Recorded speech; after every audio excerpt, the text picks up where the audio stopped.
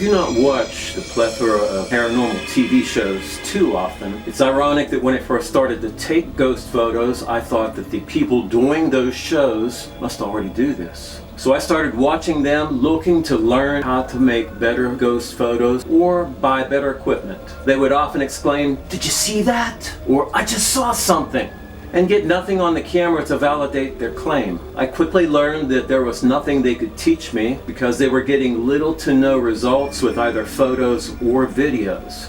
I realized I was on my own and began experimenting with different equipment, going out at different times, and taking notes on what worked and what didn't.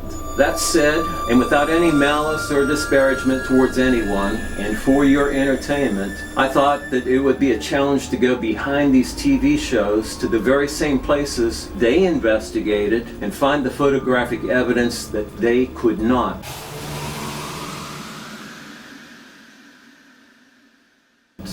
So on my trip out to the Southwest, I came upon the Red Garter in Williams, Arizona, just seeking a place to have lunch after a visit to the Grand Canyon. There I was told that the former bordello/saloon was featured on Paranormal TV. I don't know which series it was on, so if you have seen it, please let me know in the comments. So I spoke with Anna, the manager of the Canyon Cafe, which occupies the former saloon part of the establishment, who kindly gave me permission to photograph the downstairs area of the building. Completed in 1897 as part of Williams' infamous Saloon Row. Stay till the very end, where the official story of the tragic death of a Red Garter customer conflicts with the evidence that I found.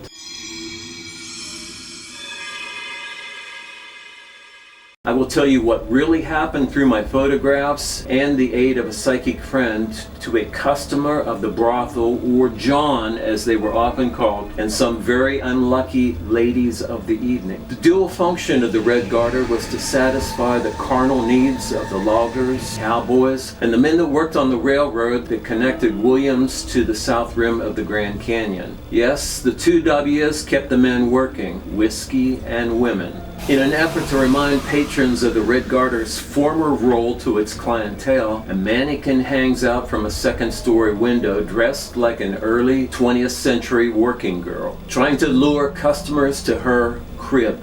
Today, in lieu of a bordello, the upstairs of this building functions as a bed and breakfast, and the saloon pool hall downstairs has been replaced by a modern cafe. I stopped into the Canyon Cafe in early afternoon for a late lunch of fish and chips. And after getting permission from Anna, I began to take a few photos of the inside of the cafe. I captured the blurred image of a phantom standing right next to our table. Here's the blurred image of a ghost at the Canyon Cafe in the early afternoon. Look to the left. After hearing the story of the ghost working girl in a 1934 photo hanging across the room from our seats, I had to photograph the cafe's photobombing phantom. The cafe prominently displays a reminder of what life was like in the same space in the early 20th century. A rather large photo is framed and hanging prominently in the cafe. Taken circa 1934, the photograph shows the owner, Longino Mora, and some of his family standing next to a pool table with a bar to the left. And most intriguing feature of this look into the building's past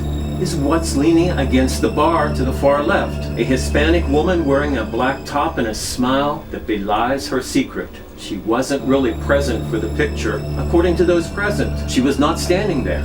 But despite what their eyes told them, she really was there, at least for the instant that that photo was taken.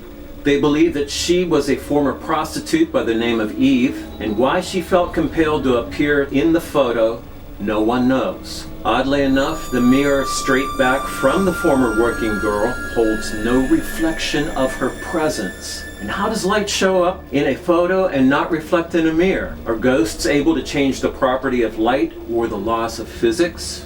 What do you think? I discovered two things from this fading photograph. When I zoomed in on the photo, I quickly realized that Eve was not the only ghost present. Right at her shoulder is a more intimidating presence, and it is not smiling, but more on that later. To the left of the second phantom is another, making me wonder what role these wraiths play in relation to both this building and to Eve. Do the ghosts of these miners, lumberjacks, and cowboys still hang out today? thinking they can get a taste of whiskey in the embrace of a woman, you are going to discover that they are still here, more than 100 years after this place was built.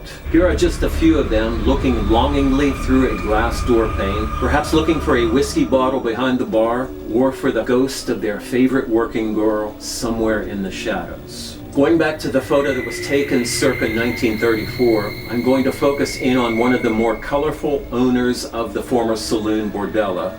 The man standing next to the pool table in this old photo is Longino Mora, who made out quite well selling bootleg liquor from his saloon during the Prohibition years of 1920 to 1933. I know that the condition of the place doesn't look like Mora was flourishing, but I think he was spending his money on other things. It seems that Mora had quite the libido. He was married 5 times and fathered 25 children, fathering his last child when he was 80. In addition to selling illegal liquor, Mora also broke Arizona's gambling laws, hiding his gaming tables behind a partition in the saloon. Likewise, Arizona had laws against prostitution, but local laws in Williams allowed for the licensing and taxing of working girls. So out of his 3 illegal activities, Mora only had to worry about the gambling and the selling the bootlegger's brew, because prostitution was a fixture and a source of income for the town of Williams.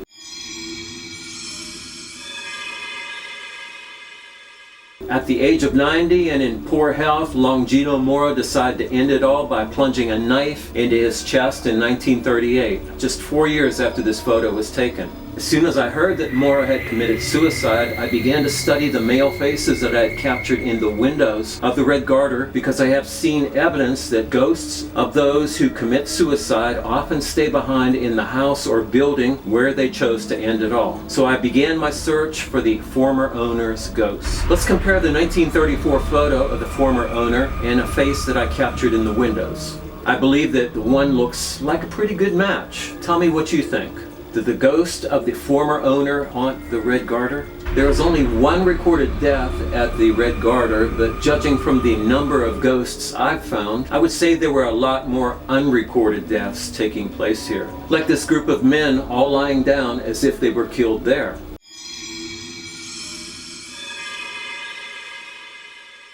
Most of the clientele at the Red Garter were men working as miners, building the railroad, cowboys, or working in the lumber industry. This group looks like miners, or in the Old West terms, prospectors. Williams, Arizona includes 2,408 nearby mines, with 1,663 closed, but 724 still active today. So when you hear the word prospector, you might also think of grizzled old miners like this ghost, or this ghost, both still haunting this 20th century whorehouse.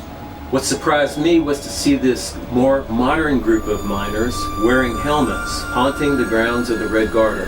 Evidently, 2 of the 3 helmet-wearing miners don't want to be seen, choosing to hide behind the miner in the front. I'm not sure what field of work this ghost was in, or this ghost, but neither looks too friendly, especially this one. Finally, these 2 men were hung for some unknown reason and placed under a tarp to be taken out of town and buried. What do you think they were accused of? Looks like a young boy that perhaps met a tragic end here. I wonder if it's one of the 25 children of Longino Mora. They made a curfew law in Williams because children were hanging out around saloons and brothels. With all the shootings going on by drunken customers, a stray bullet hitting a child was a possibility. These are the pets of the people that lived and worked at the Red Garter. And perhaps the large one on the left was used as a guard dog. We've looked at the male specters. Surely there must be female ones too, especially if we are talking about the so-called world's oldest profession. So let's just call them ladies of the evening. The first working girl I found at the Red Garter coincidentally has both red hair and a long red glove on, although her appearance is quite blurred. The second one I captured has her leg put up seductively around the door to her crib, as if she is still trying to attract potential customers. This next female phantom was only comfortable showing her face, although it's the clearest one that we've seen so far. This lady looks as if she has the weight of the world still on her shoulders, and even though she has left this world for the realm of earthbound spirits that some call purgatory, what would you call it? Here is the story of a mass shooting and murders that has been covered up. I'm going to use this photo of a working girl because she resembles the girl who met her tragic end through no fault of her own. I cannot use the other photo that I have because she has no clothes on, even though her hands were up as she was shot in the face and is falling forward in the photo. First, let me give you the official story of what happened. Sometime after Longino's eldest son took over the saloon, an incident on the stairs up to the whorehouse resulted in the stabbing of a patron who reportedly died on the front sidewalk. This apparently was the last straw for law enforcement, and soon after, the saloon row of bawdy houses, gambling dens, and saloons underwent a cleanup. Now, Longino died in 1938 of a suicide, so this murder occurred after that, and some say that this happened in the 1940s, but the murder victim's name is never mentioned. This is the entranceway to the stairway that once took you upstairs to the cribs of the working girls. And here is the stairway to carnal heaven, where one of the Johns was stabbed in the back by a working girl, and he fell down the stairs and crawled out the door, dying on the sidewalk in front of the Red Garter. There seems to be a cover-up of all the details. Why, you ask? Because multiple people were killed, not just one man, and add to that 3 other people were wounded. This was a mass shooting in the 1940s, but the news whittled that all down to telling us that a prostitute stabbed a customer on the stairway, and he crawled out the sidewalk in front of the brothel and died. That's the synopsis of the official story, but I'm going to give you the sordid truth about what really happened, and I'm going to tell you the rest of the story. Through photographs, some that I cannot publish because of nudity, and my psychic friends, we have recreated the real story of why Saloon Row and all the brothels were shut down in Williams, Arizona. 3 family members, a grandson, a niece, and a nephew, were tired of waiting for the patriarch of the family to die to receive their inheritance. Their plan centered around the old man's visits to the brothel, where they figured they could create a situation to kill the old man and blame the prostitutes. So they waited on the stairwell, and when the old man came out, the niece stabbed him in the back on the stairway, and he fell down the stairs, but he was still alive. So the grandson went down to finish off his grandfather, and the grandfather looked up at him incredulously from the floor and asked, "Why?" as the grandson aimed the gun at him to finish him.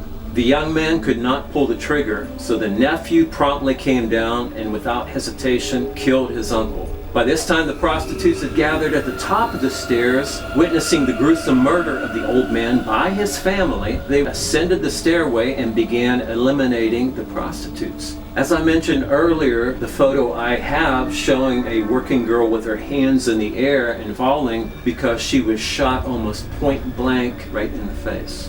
Then, to make it seem like they were victims of the shootings too, the nephew shot himself in the foot, the niece in the hand, and the grandson in the shoulder. Evidently their scheme worked, and a bloody mass murder is today described as a prostitute stabbing a John on the stairway. For this next photo, let me preempt it by stating that some ghosts prefer to appear as their younger selves, and that is what is happening in this photo, because this is the patriarch, the old man murdered by his own family, that became the only recorded death in the Red Garter's sordid history. My psychic friends say that is him, and he's accompanied in some cases by ladies of the evening that witnessed his brutal death at the hands of his greedy, heartless family. I want to make an eerie comparison between the place where I captured my first ghost and the first place outside of Williamsburg, Virginia, that I photographed. First off, I traveled 2,241 miles from Williamsburg, Virginia to Williams, Arizona. Both cities have prevailing negative energy that fuels haunting. Williamsburg from 2 wars, the Revolutionary War and the Civil War, and Williams from a Wild West culture that was described in a book, A History of Williams, Arizona, 1876 to 1951 by James R. Fuchs. He writes on page 93, Williams contains a population of about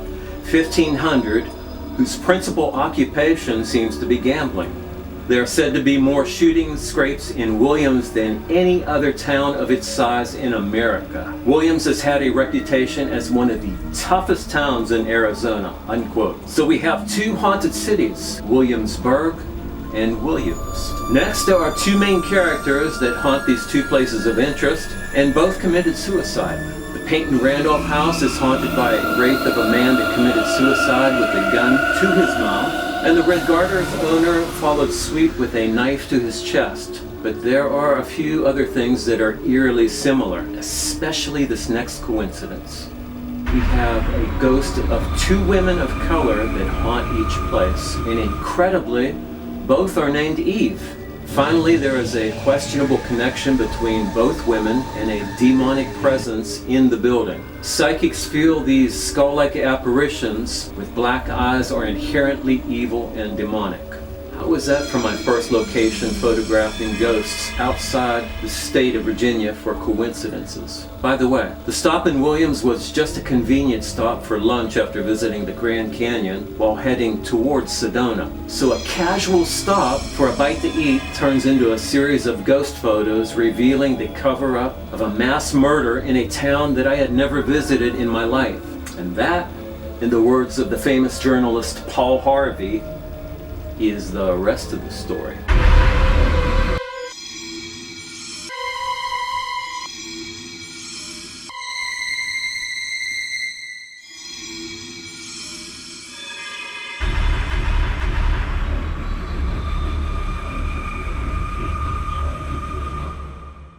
By the way, don't forget to check out Amazon for my books on haunted historic colonial Williamsburg. Links provided below.